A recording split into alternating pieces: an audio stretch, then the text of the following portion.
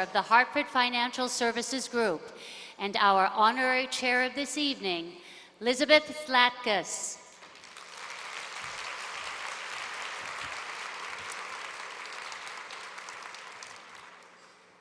Good evening, and welcome to the 17th Annual Induction Ceremony celebrating the success of women in Connecticut.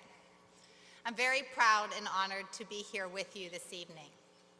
We are here to celebrate three phenomenal women. Maggie Wilderotter, who is the chairman and CEO of Frontier Communication and an innovator at that company. Ann Mulcahy, who's the former chairman and CEO and visionary leader of Xerox. And a trailblazer, Martha Parsons, who was the very first woman in Connecticut to be promoted into an executive position through merit. So I know that you will find their stories this evening extremely inspiring, and I know that you will join me in celebrating their success. I also want to thank the Connecticut Women's Hall of Fame organization for putting this event on. Through their research and their celebration of women's accomplishments, we are here this evening, and I think this organization has done a phenomenal job. I also want to thank the Hartford, a company I've been with for 27 years, one who just celebrated our 200th year anniversary and who believes in the power of women and is certainly very excited to be the lead sponsor of this very important event. But most importantly this evening, I want to ask all of you a favor. I want to tell you that tonight is about you. And it is about what you all have accomplished in your life, and all of the women who couldn't make it here this evening.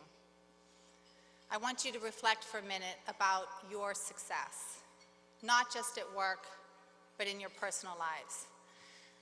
Now, I know right now you're all multitasking, right? You're thinking about what I got to do tonight, and I got to pick up my kids, I got to get them, and how are they going to get to their sporting event, and I got to fill out a college application. Am I right?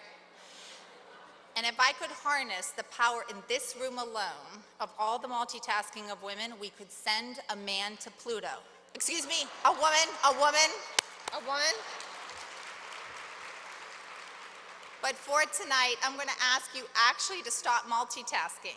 And though I've been so impressed with the women I've worked with, not just for what they accomplish in work, but what they accomplish as a mother, a daughter, a spouse, a friend, a colleague, a philanthropist, think about what you have done, because only by being inspired by what you have accomplished can we inspire others.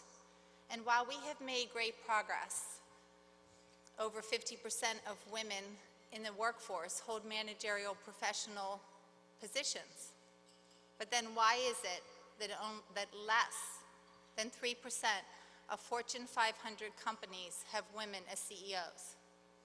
And while we're proud of the women in the Senate and the House, why is it they only represent 18% of our congressmen and women?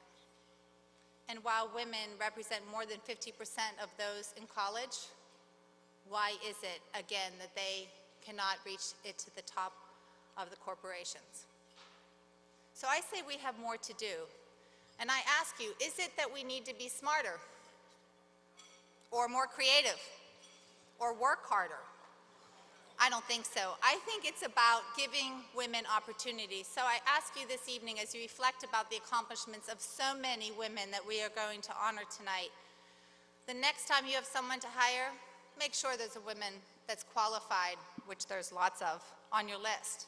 And the next time there's a promotion, make sure you help another woman. But most of all this evening, thank you. I ask you to do something that, in my opinion, is very difficult for women to do, and that is to honor yourself and what you have done for this world.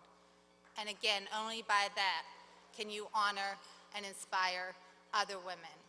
Thank you so much.